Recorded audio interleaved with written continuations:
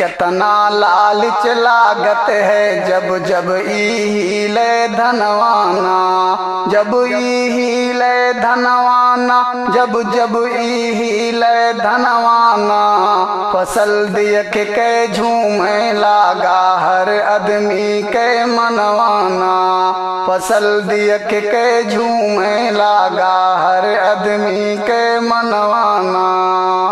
झूमत है ईशान से कितना जब जब चले हवाई देखो, फसल ईधान के कस लहरात है जैसे कौनो बोमला देखो। झूमत है ईशान से कितना जब जब चले हवाई देखो, फसल ईधान के कस लहरात है जैसे कौनो बोमला देखो। फसल खड़ी है धान के भैया हमरन के ई जनवाना, कितना लालच लागत है जब जब ई हिले धनवाना, जब ई हिले धनवाना, जब जब ई हिले धनवाना। फसल देख के झूमे लागा हर आदमी के मनवाना। हरियर हरियर चादर पर लागे फैलावा सोन के दाना, मेहनत के मोती हुए देखो हर आदमी के सपना सुहाना। हरियर हरियर चादर पर लागे फैलावा सोन के दाना, मेहनत के मोती हुए देखो हर आदमी के सपना सुहाना।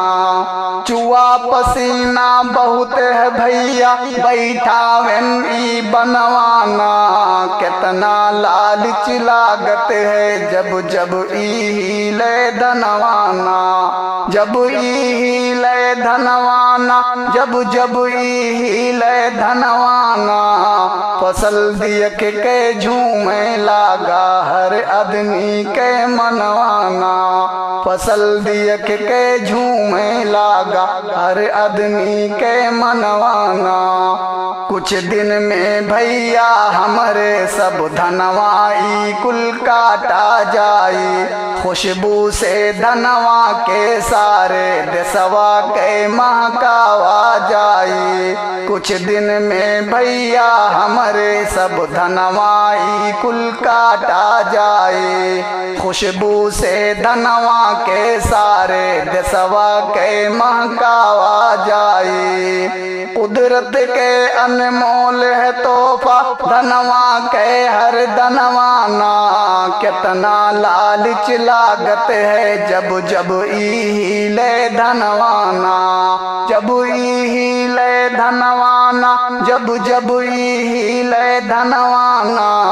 फसल देख के डोले लागा हर आदमी के मनवाना, फसल देख के डोले लागा हर आदमी के मनवाना।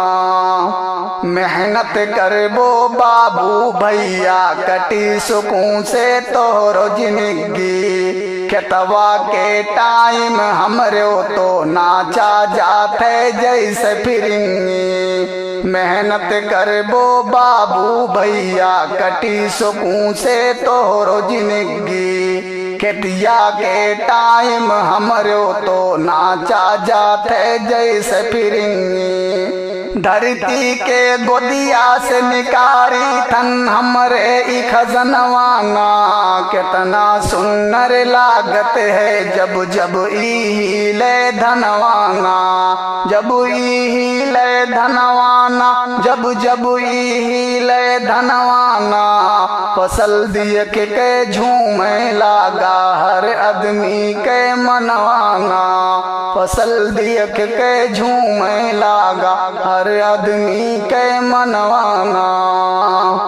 लड़के खुश हैं कि हमरे अब चूरा कूट के खावा जाए, चूरा लैके हमरे आबिद स्कूलों में जावा जाए। लड़के खुश हैं कि हमरे अब चूरा कूट के खावा जाए, चूरा लैके हमरे आबिद स्कूलों में जावा जाए। हमरे अब ना खाबे कहियो दोपहरवा के खनवाना, कितना लालच लागत है जब जब हिले धनवाना, जब हिले धनवाना, जब जब हिले धनवाना।